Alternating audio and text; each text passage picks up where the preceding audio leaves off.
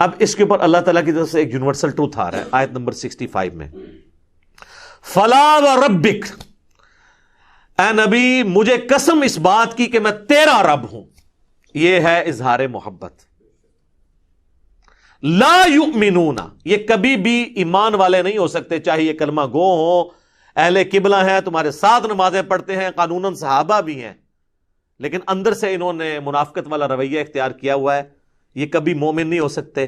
حتی یحکموک فیما شجر بینہم، یہاں تک کہ یہ آپ کو حاکم، جج، قاضی تسلیم نہ کر لیں اپنے جھگڑوں میں.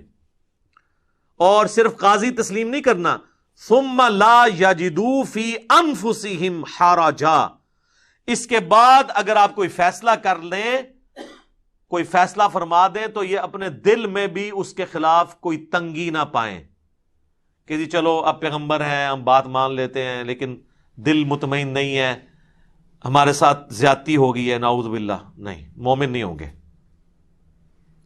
ثم لا یجدوا فی انفسہم حرجا، حرج بھی نہ دل میں پائے، مما قضیت، جو تم نے اے نبی فیصلہ کر دیا، وَيُسَلِّمُوا تسلیما، اور سر تسلیم خم نہ کر لیں، اس وقت تک یہ مومن ہی نہیں ہو سکتے.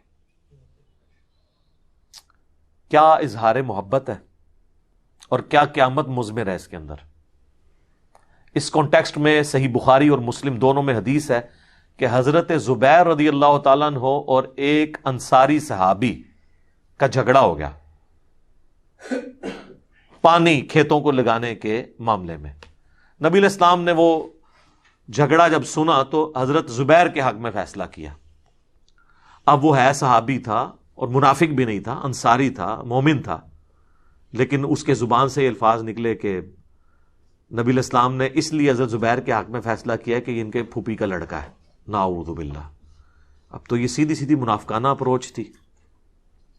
اس کانٹیکسٹ میں پھر اللہ تعالیٰ نے کہا کہ اگر کسی کے دماغ میں وہ کیڑا ہے نا کہ وہ اس قسم کی حرکتیں کر کے بھی رسول اللہ کے فیصلے پر اعتراض کرنے کے باوجود مومن رہ سکتا ہے، وہ مومن کوئی نہیں ہے جب تک دل سے تسلیم کر کے سر تسلیم خم نہ کر دے. اگر دل میں بھی تنگی آئی، ایمان فارغ. اچھا، اس کانٹیکسٹ میں ایک جعلی واقعہ ہے جو تفسیر ابن کثیر سے لوگ کوٹ کرتے ہیں، لیکن حافظ ابن کثیر نے ساتھ لکھا ہوا ہے کہ جعلی ہے واقعہ، کہ جی ایک مومن تھا، اوپر سے اندر سے منافق تھا، اس نے نبی علیہ السلام سے فیصلہ کروایا تو حضور نے یہودی کے حق میں فیصلہ کر دیا اور مسلمان کے حق میں نہیں کیا. وہ حضرت ابو بکر کے پاس آیا، انہوں نے بھی کہا کہ رسول اللہ نے جب فیصلہ کیا تو میں کون ہوتا ہوں. پھر وہ حضرت عمر کے پاس گیا تو حضرت عمر نے کہا کہ اچھا تھوڑی دیر ٹھہر، اندر گئے، تلوار لے کے اس کا گردن کاٹ دی. اور اس کی بنیاد کے اوپر یہ پورا جو ملک کے اندر ہنگامہ کھڑا کرتے ہیں نا کہ آپ قانون کو خود ہاتھ میں لیں اور جس کو آپ سمجھتے ہیں نا گستاخ رسول ہے اسے کاٹ دیں، لیکن اس میں ایک شرط ہے جو اندر چھپی ہوتی ہے کہ وہ آپ کے فرقے کا نہیں ہونا چاہیے. یعنی اشرف علی تھانوی رسول اللہ کو ماننے والے کو کاٹ دینا ہے آپ نے، چشتی رسول اللہ والے کو کہنا ہے معرفت کی بات ہے. اور چشتی رسول اللہ والی جو پارٹی کے خلاف کوئی پارٹی ہے تو وہ چشتی رسول اللہ والے کو کاٹ دے اور اشرف علی رسول اللہ کہنے والے کے بارے میں صرف نظر کرے. ساری فرقہ واریت کی جنگ ہے. اور یہ دونوں آپس میں مل کے ایک دوسرے کے ساتھ کو ایگزسٹ کریں اور غلام احمد قادیانی دجال کے ماننے والوں کو کاٹنا شروع کرتے ہیں. دعوت کہیں بھی آپ کو نظر نہیں آئے گی اور نام لیتے ہیں ختم نبوت کے. یہ جتنی تحریکیں ہیں یہ ختم نبوت تحریکیں نہیں ہیں. ختم نبوت تحریک وہ ہوگی جو قادیانیوں کو بھی غلط کہے گی اور چشتی رسول اللہ اور اشرف علی رسول اللہ پڑھوانے والوں اور ان کو انڈورس کرنے والوں کو بھی کٹہرے میں لا کے کھڑا کرے گی. یہ نہیں ہے کہ وہ لوگ بزرگیاں ویل کریں اور ان کو آپ جو ہے وہ کافر کافر کہہ کے تو اس بنیاد کے اوپر چندے اکٹھے کرتے رہیں. لہٰذا میں ان تمام تحریکوں کو کہتا ہوں یہ اینٹی قادیانی تحریکیں ہیں. ختم نبوت تحریک صرف اس پلیٹ فارم سے ہے اللہ کے فضل سے کہ جس نے ختم نبوت کے اوپر ڈاکہ مارا ہے معرفت کے نام کے اوپر یا کشف و الہام کے نام کے اوپر یا عقیدہ امامت کی بگڑی ہوئی شکل مانتے ہوئے یا کسی بھی اور طریقے سے یا امتی نبی والا فراڈ کرتے ہوئے، سب کے سب کو ایک لاٹھی سے ہانکا جائے گا.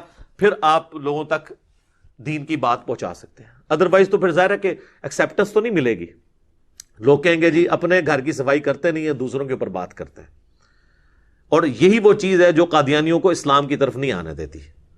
وہ کہتے ہیں ان کے بابوں نے بھی کام ڈالا ہوا ہے.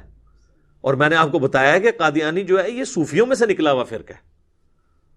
اور کئی بار میں نے ایک بات بتائی ہے کہ ہمارے پاس ایک بھائی آتے تھے, تو وہ بخاری اور مسلم میں جو نماز کا طریقہ لکھا ہوا ہے, رکوع میں جاتے وقت اور اٹھتے وقت رفع الیدین کرنا, انہوں نے جب شروع کیا تو ان کے بڑے بھائی تبلیغی جماعت میں اٹلی کے اندر وہ امیر تھے, ان کے گھر جماعتیں رکتی تھی. وہ چھٹیوں پہ آئے تو وہ آگے آتے ہی سیدھا, ان دنوں میں اپنے گھر میں درس دیا کرتا تھا, سیدھا آ کے چڑھائی کر دی, جی میرے بھائی کو آپ نے قادیانیت کی طرف لگا دیا ہے. جناب یہ ہمارا ہی حوصلہ ہے کہ ہم یہ ساری باتیں سنتے ہیں, ہم مسکراتے ہیں, ہمیں پتا ہوتا ہے کہ اب یہ قابو میں آ گیا, کیونکہ ہمارے پاس تو علم کی طاقت ہے اللہ کے فضل سے, جس کو نہ شکست ہو سکتی ہے, جو نہ چوری ہو سکتی ہے. الحمدللہ علم وہ تلوار ہے. تو میں تسلی سے بات سنی, میں نے کہا میرے بھائی میں آپ کے ساتھ پوری ہمدردی کرتا ہوں, ہمارے گھر کے قریب یہ قادیانیوں کی عبادت گاہ ہے, تو ہم سارے اٹھ کے چلتے ہیں وہاں جا کے دیکھتے ہیں. اگر قادیانی آپ کے طریقے کے مطابق نماز پڑھ رہے ہوئے, یعنی حنفی طریقے پہ بغیر رفع الیدین کے, تو وہ آپ میں سے نکلا ہوا فرقہ ہے. اور اگر وہ رفع الیدین کے ساتھ پڑھ رہے ہوئے تو پھر آپ ہمارے کھاتے میں اسے ڈال دیجیے گا.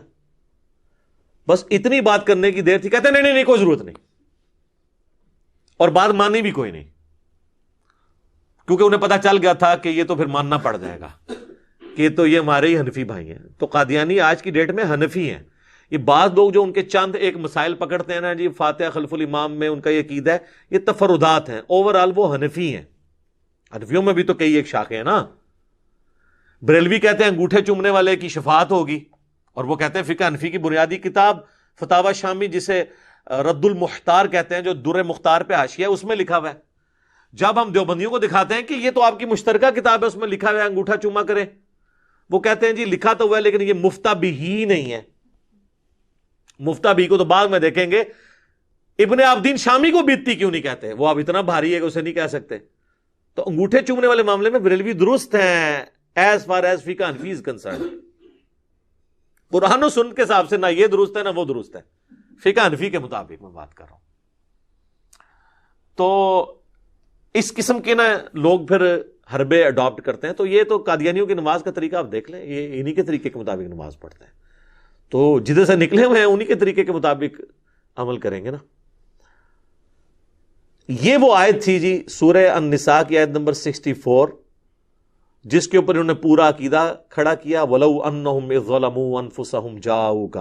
اور جی قرآن میں اللہ تعالیٰ نے فرما دیا ہے کہ جب کوئی اپنی جان پر ظلم کر لے, رسول اللہ سے آ کے شفاعت کروا لے, تو کہتے ہیں دیکھیں جی آپ بعد والی امت کو محروم کرنا چاہتے ہیں اتنی بڑی فضیلت سے. صحابہ کرام تو اپنی مبارک زندگیوں کے اندر جا کے حضور سے دعا کروا لیتے تھے. آج امتی کیا کرے, تو آج قبر پہ جائے, ایگو خود ہی کہانی بنا لی ہے, قبر پہ جائے اور جا کے عرض کرے. اور یہ عقیدہ بریلوی, دیوبندی, شیعہ تینوں کا مشترکہ ہے. صرف اہل حدیث اس عقیدے کو درست نہیں سمجھتے. اب یہ دھوکہ دینا کہ جی آج کے لوگ کدھر جائیں جی شفاعت کے لیے, صحابہ کرام تو اتنا فائدہ اٹھا لیا انہوں نے, آج کے امتی کیا کریں. سر آپ کے بارے میں بھی اللہ کے محبوب صلی اللہ علیہ وآلہ وسلم کی حدیث ہے صحیح مسلم میں کہ جو اذان کا جواب دے اس کے بعد مجھ پہ درود شریف پڑھے, اللہم صلی علی محمد وعلی آل محمد, اور پھر الوسیلہ والی دعا مانگے, تو قیامت والے دن میری شفاعت اس کے لیے حلال ہو جائے گی. اس کے لیے قبر رسول پہ جانا ضروری نہیں ہے, یہاں پہ بھی آپ یہ سب کچھ کریں آپ کو فضیلت ملے گی. پھر جامعہ ترمذی میں حدیث ہے کہ جو شخص اللہ کا ذکر اور دروشی پڑھ کے اللہ کی طرف متوجہ ہوتا ہے, اللہ تعالیٰ اسے عطا فرماتا ہے. لہٰذا آج کے ڈیٹ میں بھی کسی نے توبہ کروانی ہے تو اللہ کا ذکر کرے, دروشی پڑھے, اللہ کی طرف متوجہ ہو, کسی جگہ نہ بھی جائے تب بھی اللہ تعالیٰ اس کی دعا قبول کرے گا. لہٰذا یہ بھی جو شیطانی وسوسہ تھا اللہ کے فضل سے میں نے اس کو سیٹل کر دیا الحمدللہ. اب اس عقیدے کی بنیاد کیا ہے, وہ چند ایک باتیں میں ایک ایک کر کے اسے کور کر دیتا ہوں. ایک تو آپ کو یہ اس کا کانٹیکٹ سمجھ آ گیا کہ یہ اس دور کے اعتبار سے تھا. وہ کہتے ہیں جی قرآن کی آیات تو جنرل ہیں, آپ ان کو حضور کے زمانے تک کر رہے ہیں. یہ وہ لوگ ہیں جب انہیں ہم توحید کی کوئی آیات بتاتے ہیں کہتے ہیں یہ تو بتوں کے بارے میں ہے, تو کافروں کے بارے میں نازل ہوئی ہیں, اور جب یہ آیت آئی تو اس کو آج بھی فٹ کرنے کے لیے تیار ہے. تو آپ اس بات کو سمجھ لیں, آدھی بات ان کی درست ہے. ہم بھی کہتے ہیں بتوں کی آیات آپ نہ لگائیں اہل ایمان کے اوپر. ہمارے پاس تھوڑی آیات ہیں, جو قرآن حکیم میں انبیاء کے بارے میں ہے کہ وہ نہ کسی کے نفع کے مالک ہے نہ نقصان کے. سورۃ الاعراف آیت نمبر 188 بالکل واضح آیت ہے جس کے اندر اللہ کے محبوب صلی اللہ علیہ وآلہ وسلم کے بارے میں آیا قُلْ لَا أَمْلِكُ لِنَفْسِي نَفْعًا وَلَا ضَرًّا. اے نبی تم فرما دو میں تو اپنی جان کے لیے بھی کسی نفع اور نقصان کا مالک نہیں ہوں الا ما شاء اللہ، ہاں مگر جو اللہ میرے لیے فیصلہ کرتے. وَلَوْ كُنْتُ أَعْلَمُ الْغَيْبَ، اور اگر میں خود غیب جان لیتا لَاسْتَكْثَرْتُ مِنَ الْخَيْرِ، تو میں بہت خیر کثیر جمع کر لیتا. وَمَا مَسَّنِيَ السُّوءُ، اور مجھے کبھی کوئی تکلیف نہ پہنچتی. جب مجھے پہلے ہی پتا چل جاتا کہ میرے ساتھ یہ معاملہ ہونے والا ہے میں کوئی اس کا تدارک کر لیتا. ان انا الا نذیر و بشیر، میں تو نہیں ہوں مگر ڈر سنانے والا اور خوشخبری سنانے والا. لقوم یؤمنون، ان کے لیے جو بات ماننا چاہیں ایمان لانا چاہیں. تو یہ واضح قرآن میں آ گیا ہے تو اس کی بات تو ضرورت ہی نہیں ہے. پھر سورۃ المائدہ میں اللہ تعالیٰ نے اولو العزم پیغمبر عیسیٰ ابن مریم اور ان کی والدہ جو اولیاء کی سردار ہیں، ان سے بڑھ کے تو کوئی بزرگ نہیں ہو سکتا نا جو پیغمبر کی ماں ہے، ان کے بارے میں ہے مل مسیح ابن مریم الا رسول، المائدہ 75. مسیح ابن مریم تو نہیں تھے مگر ایک رسول، قد خلت من قبلہ رسول، ان سے پہلے بھی کئی رسول گزرے. وامہ صدیقہ، اور ان کی ماں سچی عورت تھی. کانا یاکلان الطعام، دونوں کھانا کھانے کے محتاج تھے، کھانے کے محتاج تھے. انظر کیف نبین لہم الآیات، اے نبی دیکھو ہم اپنی آیتیں کس طرح کھول کھول کے بیان کرتے ہیں، لگی لپٹی بات نہیں، کھول کے. ثم انظر انا یؤفکون، اور ان کی طرف بھی دیکھو پھر بھی الٹے پھیرے جا رہے ہیں. اس کا مطلب ہے کہ جس نے بات نہیں سمجھنی اس کو کھلی بھی بات بھی سمجھ نہیں آئے گی. قل اتعبدون من دون اللہ، اے نبی تم فرماؤ کہ اللہ کو چھوڑ کے عیسیٰ ان کی ماں کی پوجا تم کر رہے ہو. یہاں من دون اللہ اللہ نے پیغمبر کو کہہ دیا اے بتاں والی آیت نہیں ہے تو ہم نے کہانی کرائی گئی ہے بتوں والی آیتیں، اے پیغمبراں والی آیتاں نے، ولیاں والی آیتاں نے. من دون اللہ بھی آ گیا. کہتے ہیں نہیں ہم تو عبادت نہیں کرتے ہیں ولیوں کی یا پیغمبروں کی. سر اگلی بات بھی سنیں، ما لا یملک لکم ضرا ولا نفعا، وہ عیسیٰ اور ان کی ماں جو نہ تمہارے نقصان کے مالک ہیں نہ نفع کے. تو مسئلہ یہ نہیں ہے کہ آپ عبادت کرتے ہیں نہیں بابوں کی. اللہ کہہ رہا ہے بابا کیا، حضرت عیسیٰ اور ان کی ماں بھی کسی کے نفع اور نقصان کے مالک نہیں ہے تو بابے کدھر. کہتے ہیں ایڑا جملہ آگے بولتا ہے نا، اینی تو بھائی دنیا چینج لے کے آندی ہے، اسی نے تو دنیا ورنہ تو دنیا توحید اتنے عرصے تو بیال ہو رہی سی، ہن کے فرق پہ گیا، یہ فرق پہ ہے. واللہ هو السمیع العلیم، اور اللہ ہے سننے والا اور علم والا. یہاں من دون اللہ بھی آ گیا اور مشکل کشائی کی نفی بھی ہو گئی. تو یہ بالکل واضح ہے. تو یہ کہتے ہیں جی بتوں والی آیتیں وہ لگاتے ہیں اولیاء اللہ کے، وہ تو آیتیں اللہ سے موجود ہیں. اور یہ پھر ہمیں کہتے ہیں جی آپ ان آیات کو نا جی وہ افاقی سمجھیں. ہم افاقی ضرور سمجھیں گے اگر وہ آیت اسی طریقے سے ہو. آپ بھی ان آیات کو افاقی نہیں مانتے، نہ مان سکتے ہیں. وَلَوْ أَنَّهُمْ إِذْ ظَلَمُوا أَنفُسَهُمْ جَاءُوكَ، سورہ النساء نمبر 64 اور 65 کو افاقی مان کے بتائیں کس طرح مانیں گے؟ آپ اس کے اوپر عمل ہی نہیں کر سکتے. اس اعتبار سے جو آپ سمجھتے ہیں، یہ دو چیزیں آپ سمجھ لیں، یہ بنیادی چیزیں. ایک ہوتی ہے سیاق و سباق، جسے ہم کہتے ہیں کانٹیکسٹ، کہ اس آیت کے اندر جو حکم بیان ہوا ہے یہ کس پس منظر میں ہے، اس کا کانٹیکسٹ کیا ہے. وہ قرآن کے اندر ہی موجود ہوتا ہے. قرآن اپنے کانٹیکسٹ میں کسی حدیث کا محتاج نہیں ہے. دوسری چیز ہوتی ہے شان نزول. شان نزول یہ ہوتا ہے کہ یہ کن حالات میں آیت نازل ہوئی، اس سے کوئی فرق نہیں پڑتا، اس کا حکم اینڈ پہ وہی رہتا ہے. اس کو میں مثال سے سمجھاتا ہوں. ٹریفک سگنل میں گرین کے اوپر چلنا ہے اور ریڈ پہ رکنا ہے، اس کا بھی تو کوئی شان نزول ہوگا نا. کسی کے دماغ میں یہ بات آئی ہوگی کہ گرینری جو ہے وہ پتے گرین ہوتے ہیں، یہ پازیٹیو علامت ہے، لہٰذا ہم اس کے اوپر ٹریفک چلا دیتے ہیں، اور بلڈ کا کلر ریڈ ہوتا ہے، اس ریڈ پہ ہم رک جاتے ہیں.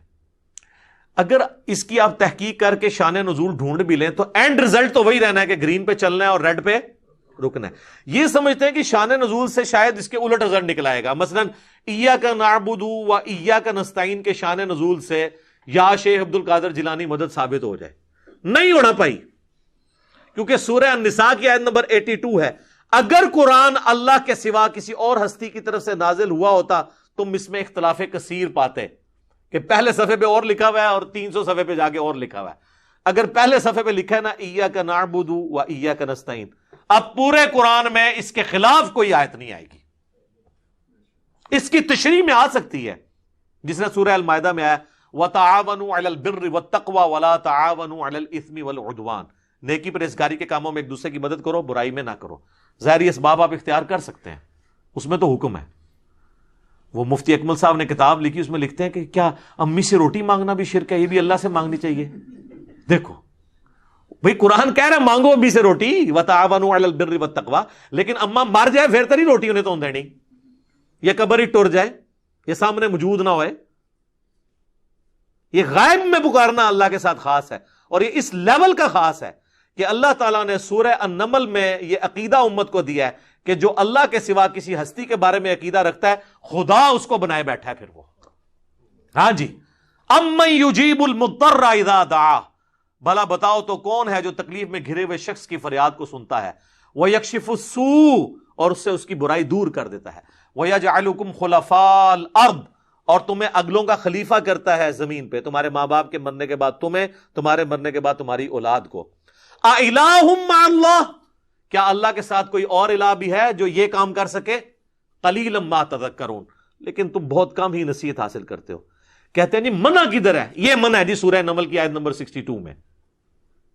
ادھر کہتے ہیں نہیں وہ تو ہے اللہ ہی سے مانگتے ہیں، یہ تو نہیں آیا کسی اور سے نہیں مانگتے. جی یہ بھی آیا ہوا ہے سورہ نمل کی آیت نمبر 62. اگے ٹورو تو پتہ لگے نا. بارش کون برساتا ہے؟ اللہ. ڈیوٹی کس کی ہے؟ فرشتوں کی. اگر فرشتوں سے بارش مانگیں گے تو مشرک. بخاری مسلم میں آتا ہے بارش نہیں ہوتی تھی تو نبی علیہ السلام صلاۃ الاستسقاء پڑھتے تھے. آپ نے کبھی نہیں کہا کہ المدد یا میکائیل، آپ کی ڈیوٹی اللہ نے لگائی ہے، بارش نازل فرما دیں. یہ صحابہ کرام کبھی یہ کہتے ہوں؟ نہیں. لہذا یہ جھگڑا نہیں ہے کہ مولا علی کو اختیار ہے یا نہیں، شیخ عبد القادر جیلانی کو اختیار ہے یا نہیں، کسی فرشتے جن کو اختیار ہے یا نہیں ہے. اختیار ہو تب بھی آپ کسی اور کو پکارتے ہیں جو آپ کے سامنے موجود نہیں ہے یا فوت ہو چکا ہے یا جس سے آپ کمیونیکیٹ نہیں کر سکتے، تو یہ شرک ہو جائے گا. تو یہ اس آیت کو کہتے ہیں کہ جی یہ دلیل ہے کہ آپ جا کے قبر رسول پہ مانگیں. عجیب. اور پھر اس کے لیے پھر وہ جھوٹے سہارے لیتے ہیں. وہ کہتے ہیں جی تفسیر ابن کثیر میں ایک روایت موجود ہے، وہ اگلے دن طارق جمیل صاحب بھی بیان کر رہے تھے. طارق جمیل صاحب کا بیچاروں کا کیا قصور ہے؟ ان کے بڑوں نے، تقی عثمانی کے والد صاحب جو مفتی شفیع تھے، معرف القرآن میں انہوں نے بھی یہ نقل کی ہے، اور احمد بریلوی صاحب کا جو ترجمہ کنز الایمان اس کی جو شرح لکھی کی خزائن العرفان انہوں نے بھی نقل کیا ہے، اور ابن کثیر سے نقل کیا. ابن کثیر لکھ کے چلے گئے ہیں ایک بے سند روایت، نہ انہوں نے اس کی کوئی سند بیان کی. بھئی ابن کثیر تو 8ویں صدی ہجری میں آئے ہیں، جب تک وہ سند نہیں پوری کرتے نبی علیہ السلام تک کسی واقعے کی، ہم اسے کیسے مان لیں کہ جی نبی علیہ السلام کی وفات کے بعد ایک پینڈو شخص تھا، کوئی آرابی تھا، وہ قبر رسول پہ آیا اور اس نے کہا یا رسول اللہ قرآن میں حکم آیا وَلَوْ أَنَّهُمْ إِذْ ظَلَمُوا أَنفُسَهُمْ جَاءُوكَ، تو میں نے اپنی جان پہ ظلم کیا، میں آپ سے دعا کروانے کے لیے آیا ہوں. تو ایک اور شخص وہاں بیٹھا تھا، اسے اونگ آ گئی، وہ خواب میں حضور علیہ السلام آئے اور کہا اس کو بشارت دو کہ تجھے بخش دیا گیا اور میری شفاعت تیرے حق میں قبول کر لی گئی. وہ کہتے ہیں دیکھیں جی قبر پہ جا کے آپ مانگ سکتے ہیں.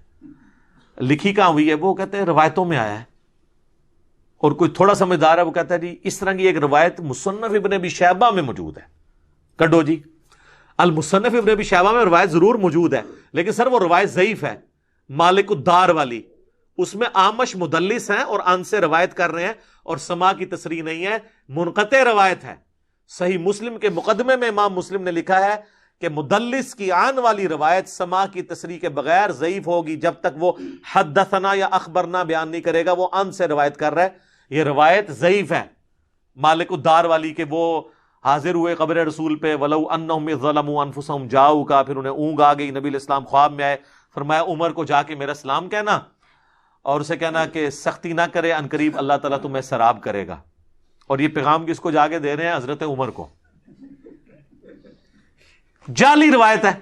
حضرت عمر کو پیغام دیتے تو آگے کیا ہونا تھا وہ میں آپ کو بعد میں بتاؤں. روایت ہی جعلی ہے، یہ ایسا ہوا ہی نہیں ہے، اس میں تدلیس ہے. اور اگر کوئی کہتا ہے میں نے اس قانون کو نہیں ماننا محدثین کے، تو پھر ہم اسے پھکی دیتے ہیں کہ مسند امام احمد میں ایک حدیث ہے جو مشکات میں بھی موجود ہے، اس میں سیم حکم ہے. یہ تو آمش تو بہت چھوٹا ہے، ایک تابعی ہے حسن بصری، 70 صحابہ کا شاگرد، وہ ان سے روایت بیان کر رہا ہے کہ نبی علیہ السلام نے فرمایا کہ جو شخص اپنے جاہلی نسب پر فخر کرے اسے کہو کہ تجھے بڑا فخر ہے نا اپنے نسب پہ، اپنے باپ کی شرمگاہ کاٹ کے اپنے منہ میں رکھ لے، اور یہ بات کنائے سے نہ کرو، ڈائریکٹ اس کو کہو کہ تو اپنے باپ کی شرمگاہ کاٹ اپنے منہ میں رکھ۔ کیا رسول اللہ ایسی بات کر سکتے ہیں؟ یہ بھی روایت ضعیف ہے، پھر اس کو بھی صحیح مانو۔ آمش تو چھوٹا ہے، حسن بصری تو بہت بڑا ہے، اس کی بھی ہم آن والی روایت سما کی تصریح کے بغیر نہیں مانتے کیونکہ مدلس ہے۔ تو مانو اس روایت کو، اپنا ایمان برباد کرو۔ قرآن تو کہہ رہا ہے وَإِنَّكَ لَعَلَىٰ خُلُقٍ عَظِيمٍ، نبی تو اعلیٰ ترین درجے پہ ہیں اخلاقیات کے، وہ یہ بات کریں گے۔ بخاری اور مسلم دونوں میں حدیث ہے، ابو سعید خدری کہتے ہیں نبی علیہ السلام میں ایک پردہ نشین کنواری لڑکی سے زیادہ شرم و حیا تھی۔ تو یہ پردہ نشین کنواری لڑکی یہ گفتگو کر سکتی ہے؟ تو یہ کہانی ہے ساری۔ اب آج حضرت عمر کی طرف، جنہوں نے متھے مارنے کی کوشش کی تھی شاید، جناب حضرت عمر کے بارے میں صحیح بخاری میں 1010 نمبر حدیث ہے، کتاب الاستسقاء چیپٹر میں، وہ کہتے ہیں اللہ تعالیٰ سے دعا کرتے ہوئے اِنَّا كُنَّا نَتَوَسَّلُ إِلَيْكَ بِنَبِيِّنَا، اے اللہ بے شک پہلے ہم تیرے نبی کو وسیلہ بنا کے لاتے تھے تیری بارگاہ میں، یعنی جب بارش نہیں ہوتی تھی تو حضور کو لے کے آتے تھے، حضور ہمیں نماز پڑھاتے تھے، حضور کی دعا کی برکت سے بارش نازل ہوتی تھی صلی اللہ علیہ وآلہ وسلم۔ ہم اب حضور کے چچا عباس کو لے کر آئے ہیں، ہم پہ بارش نازل فرما دیں۔ عباس کی دعا کی برکت سے انس بن مالک کہتے ہیں بارش شروع ہو جاتی۔ حضرت عمر کو کسی نے نہیں پوچھا کہ یا امیر المومنین، یہ پینڈو لوگ جا کے تو قبر رسول سے جا کے بارش مانگ کے آ رہے ہیں، آپ خلیفۃ الرسول ہیں، سیکنڈ نمبر پہ آپ خلیفہ راشد ہیں، ایک پینڈو کو بات سمجھ آئی بھی، آپ کو نہیں آئی بھی؟ وہ پینڈو ہے کوئی نہیں سی، وہ کہانیاں نے ساریاں۔ اور میں نے جو اس میں ایکسپلور کی ہے نا چیز، کہ بخاری اور مسلم دونوں میں حدیث ہے کہ صلح حدیبیہ کے موقع پر جب پانی کم پڑ گیا، جابر بن عبداللہ کہتے ہیں کہ نبی علیہ السلام کی مبارک انگلیوں سے چشمے پانی کے جاری ہوئے، ایک پیالے کے اندر رکھے، تو وہ تابعی پوچھتا ہے کہ آپ لوگ کتنے تھے؟ انہوں نے کہا ہم 1500 تھے، لیکن اگر ہم 1,00,000 بھی ہوتے ہیں نا وہ پانی زیادہ تھا جو حضور کی مبارک انگلیوں سے جاری ہوا۔ معجزہ۔ اور صحیح مسلم میں حدیث ہے کہ ایک سفر میں حضرت عمر نے حضور کو یہ مشورہ دیا، یا رسول اللہ آپ کی تو دعا کی برکت سے پانی نازل ہو جاتا ہے، تھوڑا سا پانی زیادہ ہو جاتا ہے، تو انہوں نے ایک برتن میں نا پانی جمع کر کے حضور کو دیا، حضور نے بیچ میں ہاتھ رکھا، پھر پانی کے چشمے جاری ہو گئے۔ اچھا، یہ اس لیے کیا جاتا تھا کہ کریشن ایکس نہیلو جو ہے نا، عدم ما سے وجود، یہ صرف اللہ دے سکتا ہے۔ حضور نے جب کبھی بھی کیا ہے نا، تو کھانا پکا ہوا ہے تو اس پہ دعا کی ہے تو برکت ہوئی ہے، کچھ نہ کے بغیر کچھ نہیں ہوا۔ پیالہ بھی تھوڑا سا پانی آیا تو اس میں ڈالا ہے، خالی پیالے میں ہاتھ ڈالنے سے نہیں پانی نکلا، کیونکہ یہ اللہ کی خصوصیت ہے۔ آج نئی بات لے جائیں، علمی باتیں آپ کو اسی پلیٹ فارم سے ملیں گی۔ اور صحابہ کو اس بات کا پتا تھا کہ خالی پانی نہیں نکل سکتا، تو وہ جمع کر کے لے، یا رسول اللہ اس تھوڑے سے مٹ کر دیں آپ تاکہ پانی کے چشمے جاری ہو جائے۔ یہ اللہ نے فرق رکھا ہے، معجزے بھی جناب اتنے ان لمیٹڈ نہیں ہوتے۔ اچھا، تو حضرت عمر کے سامنے یہ معجزہ ہوا ہے۔ حضرت عمر نے تو نہیں کہا کہ یا رسول اللہ آپ ہاتھ مبارک باہر نکالیں اور یہ میں پیالہ لے کے آئے ہوں، آپ سیراب کر دیں۔ بخاری میں وہ کہتے ہیں انا کننا نتوسل الیک بنبینا، لیکن یہاں پہ بریلوی اور دیوبندی آپ کو کیا کہانی کروا رہے ہیں؟ وہ کہتے ہیں کہ جی وہ فضائل حج میں شیخ زکریا کاندلوی نے لکھا ہے، اور فضائل سنت میں الیاس قادری صاحب نے، دونوں بھاری فرقے بریلوی اور دیوبندی لکھتے ہیں کہ جی 555 ہجری میں نبی الاسلام کی وفات کے 550 سال بعد شیخ احمد رفاعی جب قبر رسول پہ حاضر ہوئے اور آگے وہاں نعتیہ اشعار پڑھے اور کہا یا رسول اللہ میں اتنی دور مصر سے آیا ہوں، آپ اپنا مبارک ہاتھ قبر سے نکالیں، میں زیارت کرنا چاہتا ہوں، بوسہ دینا چاہتا ہوں۔ 90,000 لوگوں کی موجودگی میں کہتے ہیں قبر رسول سے ہاتھ باہر نکلا، اور انہوں نے ان کو بوسہ دیا، اور کہتے ہیں ان 90,000 لوگوں میں شیخ عبد القادر جیلانی کا نام بھی ذکر کیا جاتا ہے۔ پہلے تو مجھے بتائیں عبد القادر جیلانی نے ہاتھ کیوں نہیں چوما؟ اتنی گستاخی کہ اللہ کے نبی کا ہاتھ نکلے قبر سے، میرے سامنے نکل رہا ہو تو میں تو بدبخت ہوں کہ میں یہ منظر دیکھ رہا ہوں، اور وہ شیخ احمد رفاعی عبد القادر جیلانی کا مرید ہے، مرید کے لیے ہاتھ نکل رہا ہے اور پیر محروم ہے۔ کڈی وڈی کہانی ہے۔ انہاں نے عبد القادر جیلانی کا نام تاں پایا سی کہ بریلوی ڈر کے نا، چونکہ 11ویں دن نے مان لین گے اس واقعے نو۔ اور دوسرا جھوٹ ہے کہ 555 ہجری 90,000 کا مجمع مسجد نبوی آندا ہی نہیں سی۔ 90,000 کا مجمع تو آج سے 100 سال پہلے بھی نہیں آتا تھا، اور آپ لوگ 1000 سال پہلے بتا رہے ہیں مسجد ہی چھوٹی سی تھی۔ کہانی ہے، بالکل کہانی، اور اس طرح کی کہانی انہوں نے پھر مشہور کر دی، اور حضرت عمر کا میں نے آپ کو عقیدہ بتا دیا. اور یہ کہانی پھر یہاں ختم نہیں ہوئی سر. المحند علی المفند میں انہوں نے نبی الاسلام کے بارے میں لکھا کہ ہم حضور کو اپنی قبر کے اندر حقیقی حصی دنیاوی زندگی کے ساتھ مانتے ہیں. دنیاوی زندگی، حالانکہ وہ آخرت کی ہے. اللہ تو شہید کے بارے میں کہہ رہا ہے وَلَٰكِن لَا تَشْعُرُونَ، شہید زندہ ہے لیکن تمہیں اس کا شعور نہیں ہے. یہ کہتے ہیں نبی الاسلام کی دنیاوی ہے. سر دنیاوی ہے تو پھر سانس، ٹوائلٹ، کھانا پینا کدھر گیا؟ اور اعلیٰ حضرت تو ایک سٹیپ آگے گئے ہیں نا جی ملفوظات میں. انہوں نے کہا کہ یہ اتنی حقیقی حصی دنیاوی ہے کہ قبروں میں انبیاء پہ بیویاں ان کی ازواج مطہرات پیش کی جاتی ہیں، وہ ان کے ساتھ شباشی بھی فرماتے ہیں. یہ کہتے ہیں اس میں کون سی گستاخی ہے، اپنی بیوی کے ساتھ ہی صحبت کر رہے ہیں. گستاخی یہ ہے کہ آپ نے رسول اللہ پہ جھوٹ باندھا ہے. بخاری مسلم دونوں میں حدیث ہے، اور مولا علی سے یہ حدیث، مسلم کی پہلی حدیث یہ ہے جس نے میری طرف کوئی جھوٹی بات منسوب کی وہ اپنا مقام جہنم میں دیکھ لے. یہ کس جگہ لکھا ہوا ہے کہ رسول اللہ صلی اللہ علیہ وسلم کی قبر مبارک میں یہ سب کچھ ہو رہا ہے؟ مسند احمد میں حدیث ہے، مشکات کے اندر بھی اما عائشہ کہتی ہیں جب سے عمر یہاں دفن ہوئے میں تو پردے کے بغیر قبر کے پاس نہیں جاتی ہوں. اس سیدہ عائشہ کے سامنے کوئی یہ کہنا کہ اس قبر کے اندر بیویاں پیش ہو رہی ہیں تو آگے آپ دیکھ لیں. اور ہاتھ نکلوا رہے ہیں. یہ ہاتھ سیدہ فاطمہ کے لیے کبھی نہیں نکلا، یہ ہاتھ حضرت عائشہ کے لیے کبھی نہیں نکلا. یہ جنگ جمل صفین نہروان کو رکمانے اس کو مینج کرنے کے لیے کبھی نہیں نکلا. وہ زیادہ حقدار تھے. اور سب سے بڑھ کر یہ کہتے ہیں کہ قبر رسول پہ جا کے مانگنا اور فیصلہ کرانا، یہ قرآن میں ہے وَلَوْ أَنَّهُمْ إِذْ ظَلَمُوا أَنفُسَهُمْ جَاءُوكَ. ان سے کہیں کہ قبر رسول پہ اگر یہ فیصلہ کروانا تھا، سب سے ضروری فیصلہ تو صحابہ نے کروایا نہیں ہے، جس کی وجہ سے امت آج تک دو ٹکڑے ہیں. ثقیفہ بنی ساعدہ، حضرت علی نے بخاری مسلم میں آتا ہے 6 مہینے تک ابو بکر کی بیعت نہیں کی ہے. تو کسی کے دماغ میں وسوسہ بھی نہیں آیا کہ چلیں ہم جا کے قبر رسول سے فیصلہ کروا لیتے ہیں. ابھی میت مبارک بھی 2 دن تک باہر تھی، باہر سے ہی فیصلہ کروا لیتے ہیں. فدق کا ایشو آیا، بخاری مسلم میں آتا ہے سیدہ فاطمہ کا. کہیں حضرت ابو بکر نے ان کو مشورہ نہیں دیا آگے قبر رسول سے جا کے فیصلہ کرواتے ہیں، بعد میں احمد رفاعی نے تو کروانا ہی ہے. ٹھیک ہے، کروانا چاہیے تھا نا. یہ کہتے ہیں کہ آج کی ڈیٹ میں بھی آپ نے حاکم ماننا ہے، تو آج کی ڈیٹ میں اگر حاکم ماننا ہے تو چیف جسٹس مدینے کا حضرت عمر نے حضرت علی کو کیوں لگایا؟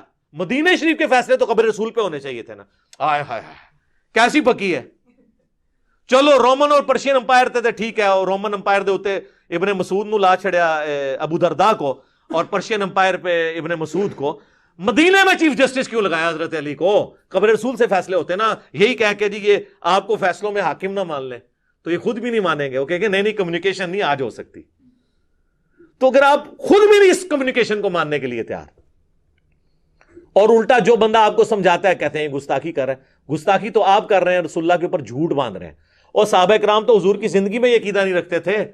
بخاری اور مسلم دونوں میں حدیث ہے 70 صحابہ کو دھوکے سے شہید کر دیا گیا، جن میں عاصم بن ثابت انصاری تھے. جب وہ مرنے لگے، شہید ہونے لگے، تو انہوں نے کہا اے اللہ ہمارے نبی کو ہمارے حال کی خبر کر دینا، ہم تجھ سے راضی ہیں اور تو ہم سے راضی، اس حال میں ہم موت کے منہ میں جا رہے ہیں، ہمارے نبی کو ہمارے حال کی خبر کر دینا. اور بخاری کے الفاظ ہیں جبرائیل علیہ السلام نے آ کے حضور کو بتایا کہ آپ کے ساتھیوں کو یوں قتل کر دیا گیا ہے، اور انہوں نے مرتے مرتے یہ آپ تک پیغام پہنچایا ہے.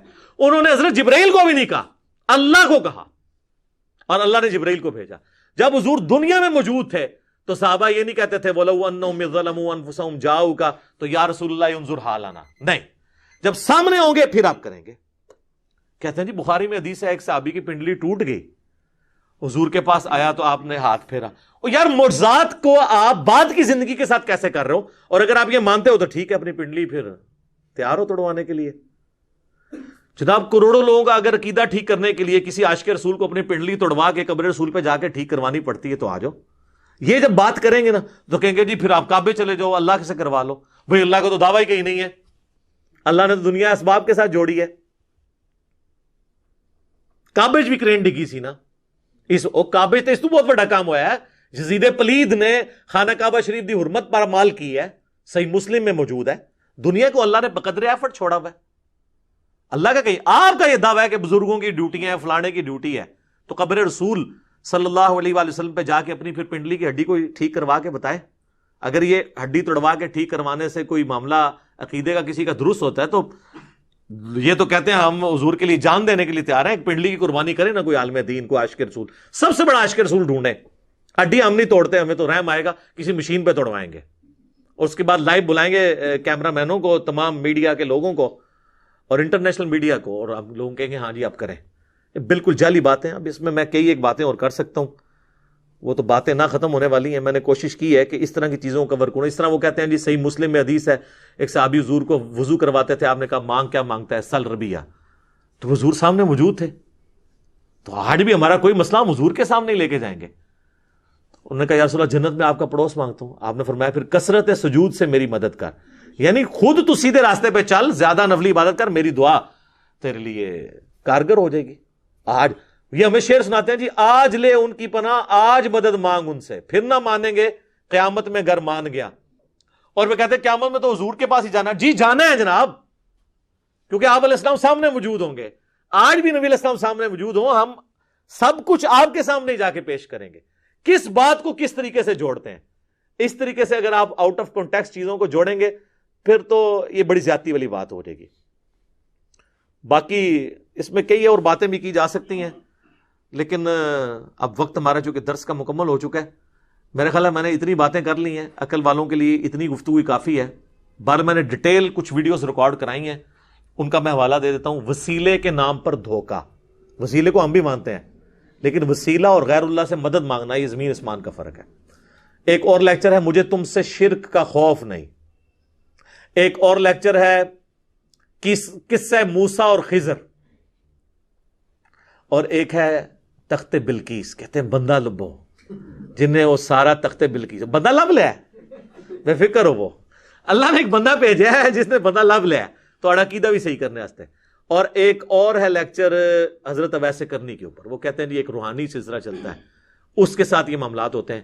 یہ وہ ساری ویڈیوز ہیں جو اگر الگ الگ میں ان کے اوپر گفتگو کروں تو 3-4 گھنٹے اور لگ جائیں گے. یہ آپ ویڈیوز دیکھیں. دعا صرف اللہ ہی سے میرا ریسرچ پیپر ہے، وہ بھی آپ پڑھیں تو انشاءاللہ آپ کو سچائی کھل کر سامنے آ جائے گی. اللہ تعالیٰ سے دعا ہے جو حق بات میں نے کہی اللہ تعالیٰ ہمارے دلوں میں راسخ فرمائے. اگر جذبات میں میرے منہ سے کوئی غلط بات نکل گئی تو اللہ تعالیٰ ہمارے دلوں ہی سے اسے دھو ڈالے، ہمیں معاف بھی کر دے. ہمیں کتاب و سنت کی تعلیمات پر عمل کر کے دوسرے بھائیوں تک پہنچانے کی توفیق عطا فرمائے.